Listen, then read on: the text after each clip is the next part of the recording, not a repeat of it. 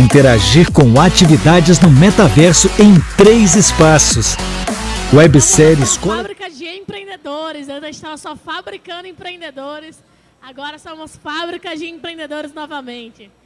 Boa tarde, pessoal. Estamos voltando aqui o conteúdo. Vamos ter mais uma atividade no palco Fábrica de Empreendedores do Sebrae. Agora a gente vai ter um bate-papo, uma palestra sobre líder do futuro, como desenvolver as principais habilidades esperadas para se destacar nessa nova economia, para você ter mais chance de sucesso na sua carreira. E para falar sobre esse assunto, gostaria de convidar ao palco Nath Dias. Seja muito bem-vinda. Palmas, por favor.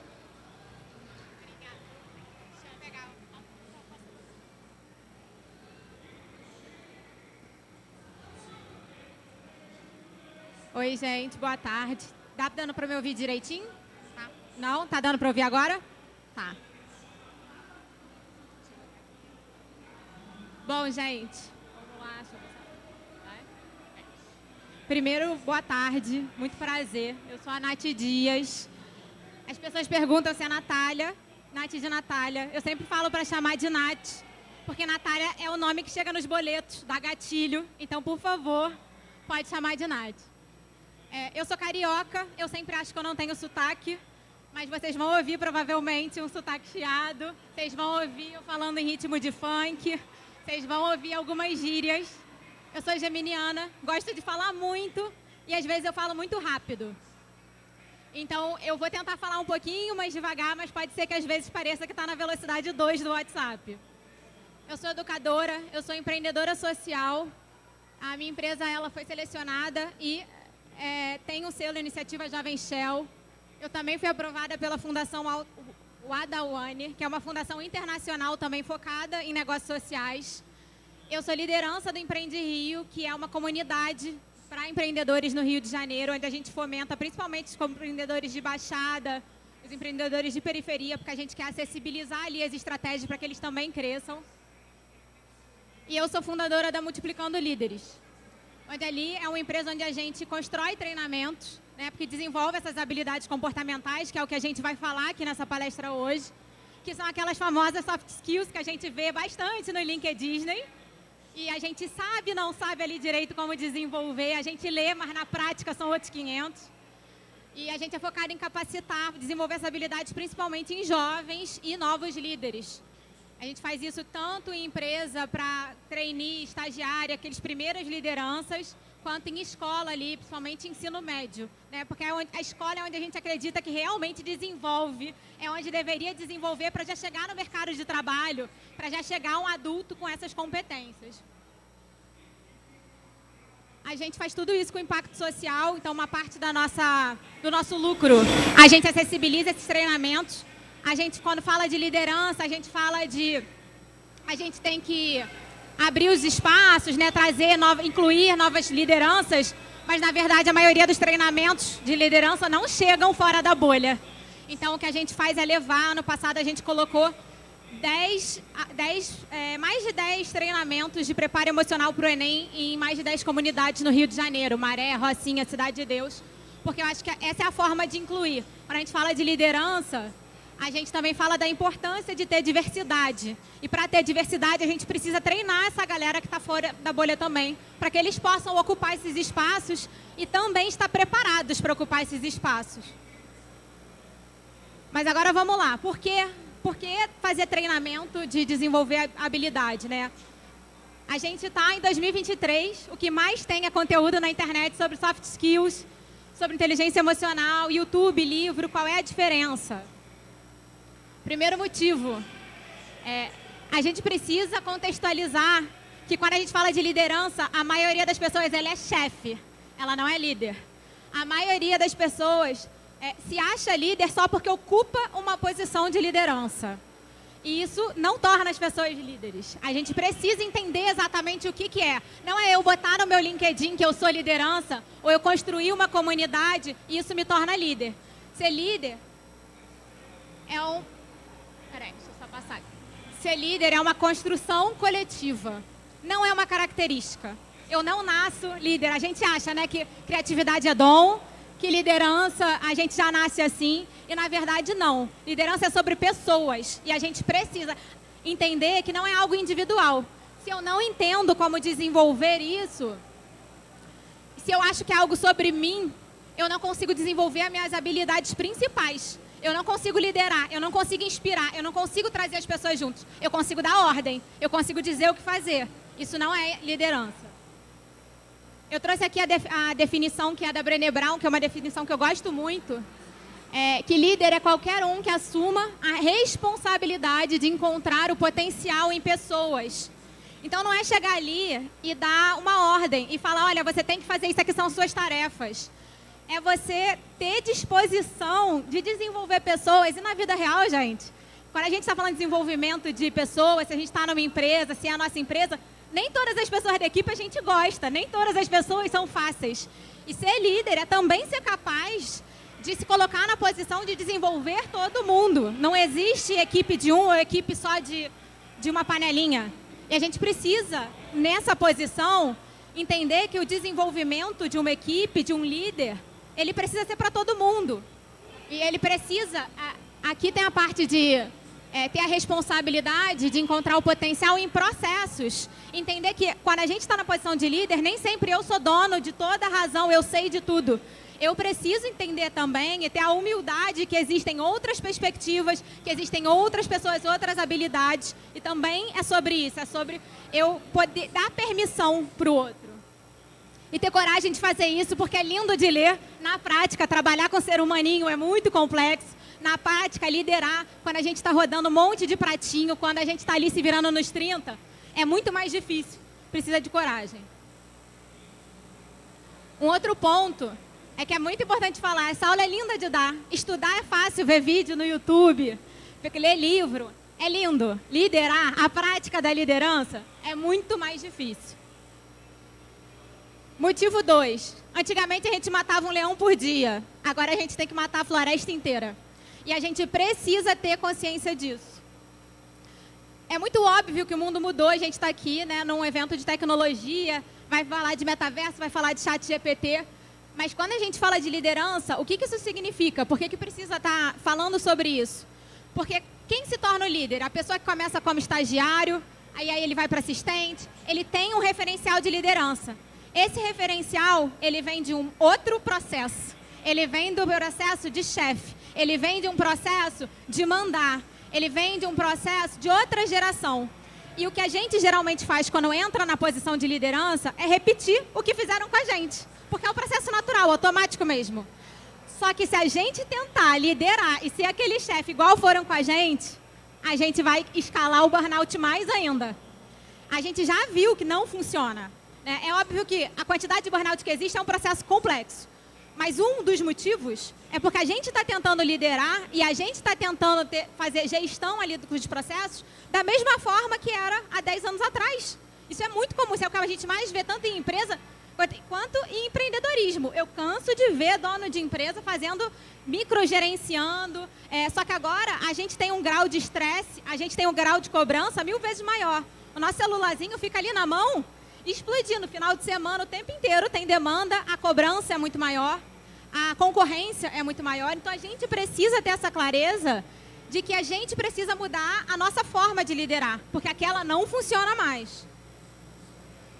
Motivo 3 é que desenvolver habilidade, gente, é muito mais do que fazer um curso ou assistir uma palestra. Precisa de prática. Se eu não tenho prática, parece simples, mas lidar com pessoas, às vezes escrever um e-mail é um trabalho que é difícil, porque você precisa ter um jogo de cintura do que você vai falar, como é que você vai falar. A gente vai falar disso um pouquinho mais pra frente. Se não tiver prática, não funciona. Quando a gente fala de inteligência emocional, desenvolvimento de habilidade, é igual você vai aprender a dirigir. Você precisa praticar para dirigir, você vai aprender a escrever, você precisa praticar para escrever. Inteligência emocional e soft skills, o que a galera não fala é que se você não praticar, se você só assiste uma aula e você não entende como desenvolve aquela competência, você só acumula certificado no LinkedIn.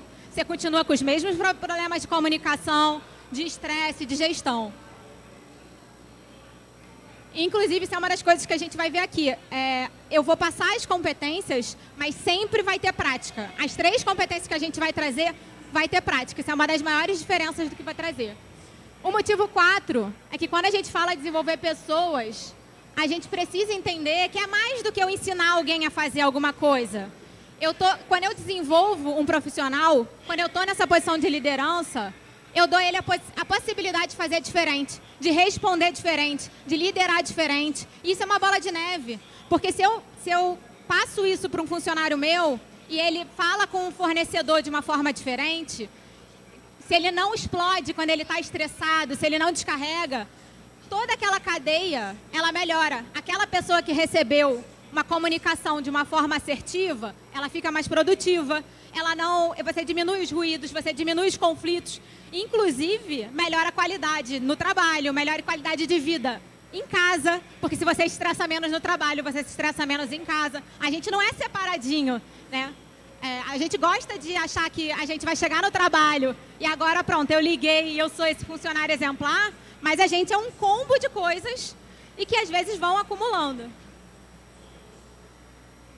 Então, quais são as habilidades que são fundamentais para o líder do futuro?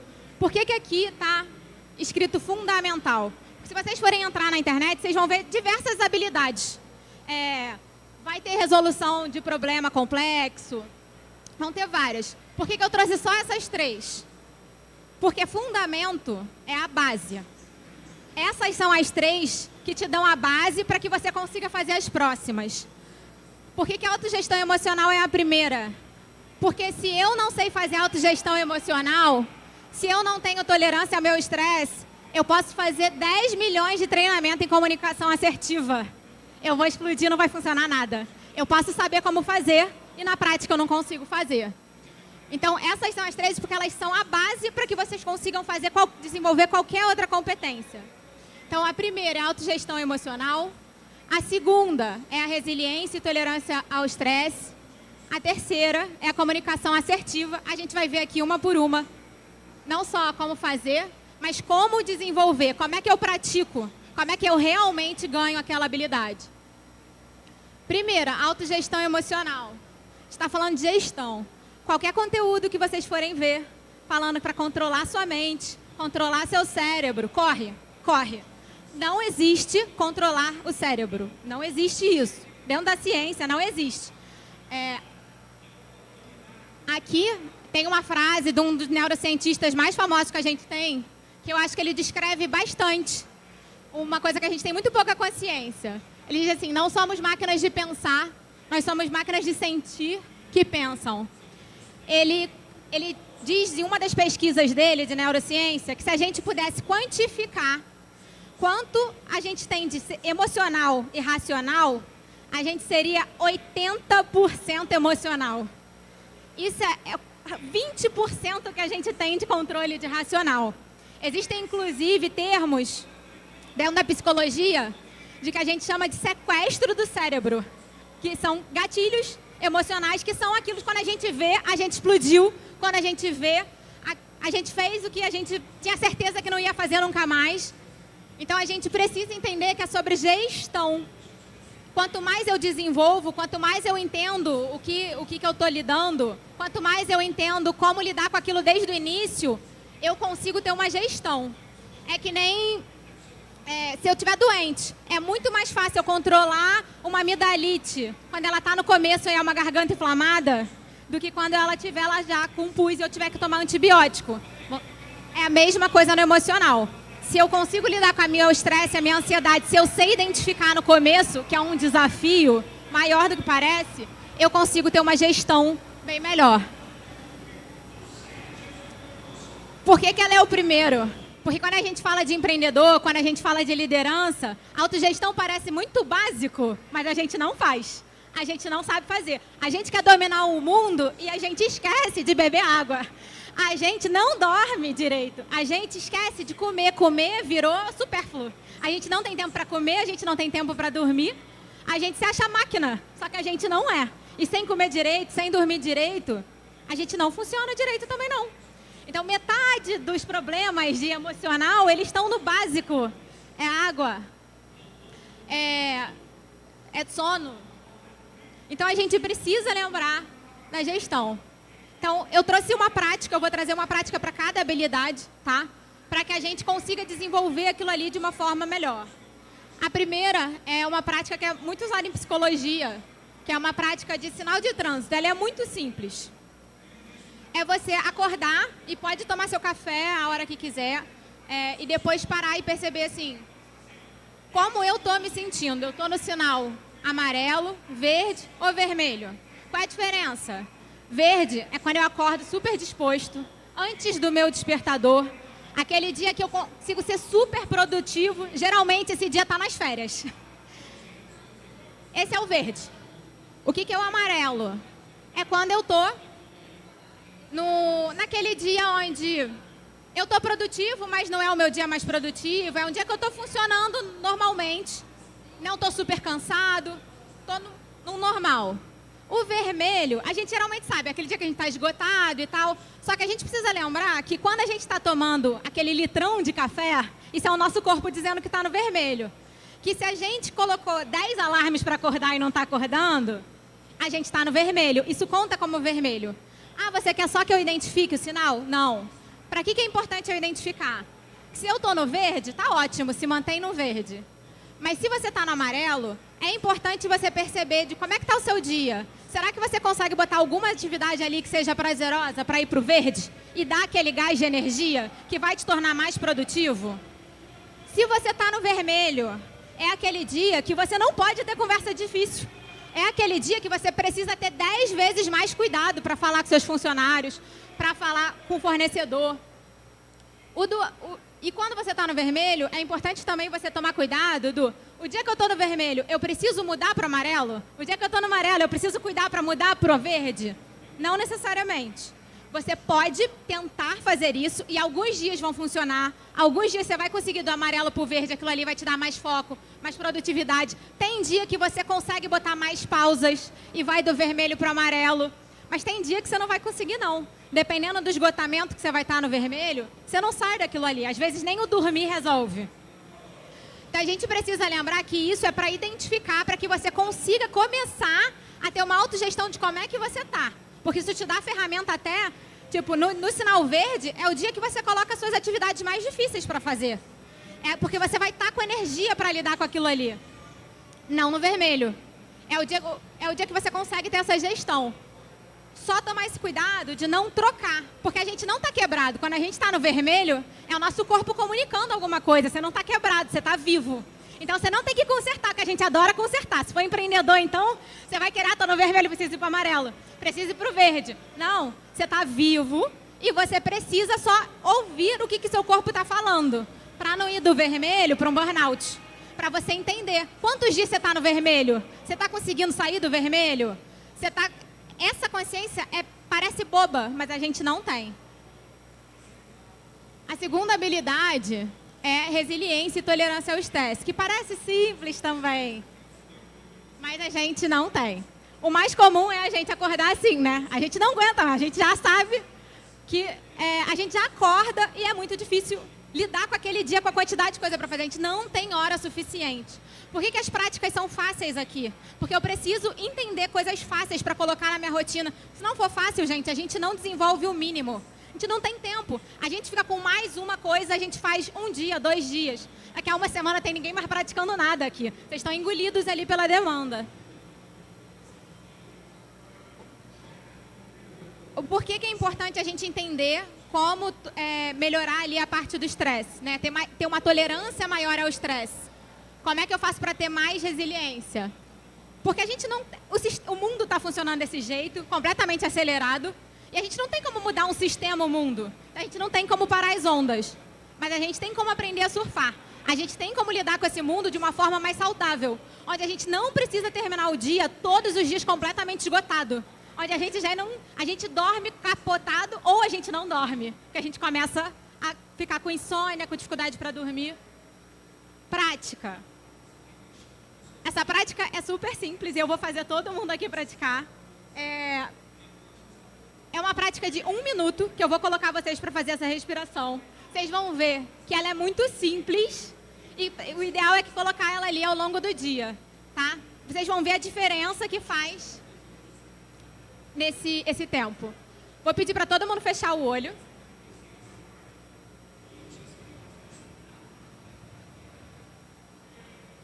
Fechou o olho todo mundo? Fechou o olho? Mesmo cheio de barulho, vocês vão ver que faz diferença. Inspira, e vocês não vão conseguir puxar muito o ar, que está agitado. E solta o ar pelo nariz. Agora inspira de novo e tenta perceber o ar entrando no nariz. Solta de novo pelo nariz. Inspira mais uma vez. Percebe se o ar está gelado, está frio.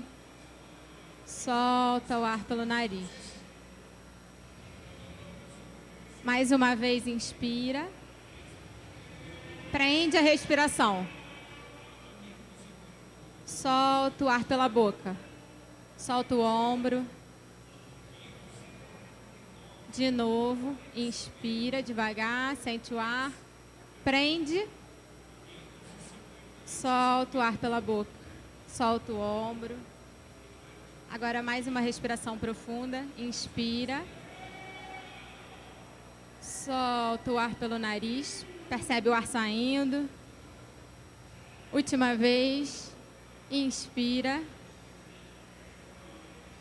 E solta o ar devagar. Pode abrir o olho devagarinho. Alguém sentiu diferença? Vocês conseguiram perceber alguma? Mesmo que alguém ficou um pouco mais devagar? Levanta a mão se alguém relaxou um pouquinho, mesmo nesse caos. A gente consegue fazer isso em casa. Esse é o tipo de coisa que se a gente botar de 30 segundos, gente, 30 segundos ao longo do dia, você vai dando, eu fico brincando que é uma forma de botar o cérebro no modo energia, de economia de energia. A gente precisa, isso traz um pouquinho mais de foco, isso traz um pouco mais de descanso. Colocar isso aqui ao longo do dia, várias vezes, vai dando um respiro e faz diferença pra gente não chegar tão no limite quanto a gente chega. A última habilidade é de comunicação assertiva. Por que comunicação assertiva? Porque comunicar, a gente se comunica. A gente geralmente está falando só para que o outro, quando está falando de liderança, a gente está falando para explicar o que a gente quer que o outro faça. Ou a gente está escutando para saber como é que a gente vai responder. A gente não necessariamente está ali realmente ouvindo o outro. A gente sempre acha que trabalha super bem em equipe, na verdade, a gente está sempre estressado, porque a gente não faz aquela base ali primeiro. Essa parte da equipe, ela vai sempre, ela é o primeiro pratinho a cair. A comunicação, ela é muito mais sobre eu falar. É sobre o que o outro entendeu. E o exercício vai ser sobre isso. Quando a gente fala de comunicação, a gente geralmente numa posição de liderança vai chegar ali e vai falar, olha, eu quero que você faça tal coisa. Mas a gente não comunica a nossa necessidade. Por que você está precisando que entregue o relatório? Ah, é porque eu não quero te microgerenciar, porque eu preciso disso para fazer tal função. Se você entende a sua necessidade, você explica, você dá a oportunidade do outro de, se ele não puder cumprir aquele prazo, ele vai entender como te propor. Ele vai entender qual é a urgência daquilo ali para conseguir encaixar. A gente geralmente não comunica a necessidade porque a gente sequer sabe a necessidade. Faz total diferença. A gente consegue melhorar no prazo, a gente consegue melhorar a comunicação e aí a gente faz o pedido. Para encerrar, eu gosto muito dessa frase, de que no passado os empregos a gente dependiam de músculo, agora dependem de cérebro e no futuro eles dependem do coração. Liderança é sobre conexão, é sobre pessoa, é sobre você conseguir se comunicar. E se a gente não existe comunicação e conexão sem coração. Esses são meus contatos, gente. Queria agradecer ao Sebrae, agradecer a todo mundo. Temos tempinho para perguntas ainda. Temos dúvidas na plateia? Tivemos uma verdadeira aula sobre habilidades soft skills, inteligência emocional. Já sabe como aplicar na prática. Temos perguntas na plateia.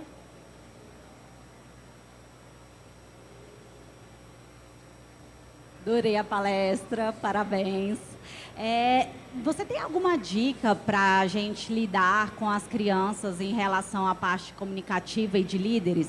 Vou te explicar um pouquinho o contexto. Eu tenho uma filha que toda professora fala que ela é uma líder. Só que nisso ela acaba puxando as crianças, óbvio, né, para fazer as brincadeiras, em vez de focar nas atividades que a professora, no caso, gostaria. E aí, como que eu lido para desenvolver ela como uma líder, no caso, né, dela? Quando ela está lá com a professora, ela está mais preocupada em juntar ali todo mundo do que fazer as coisas da professora. É ensinar isso em casa também.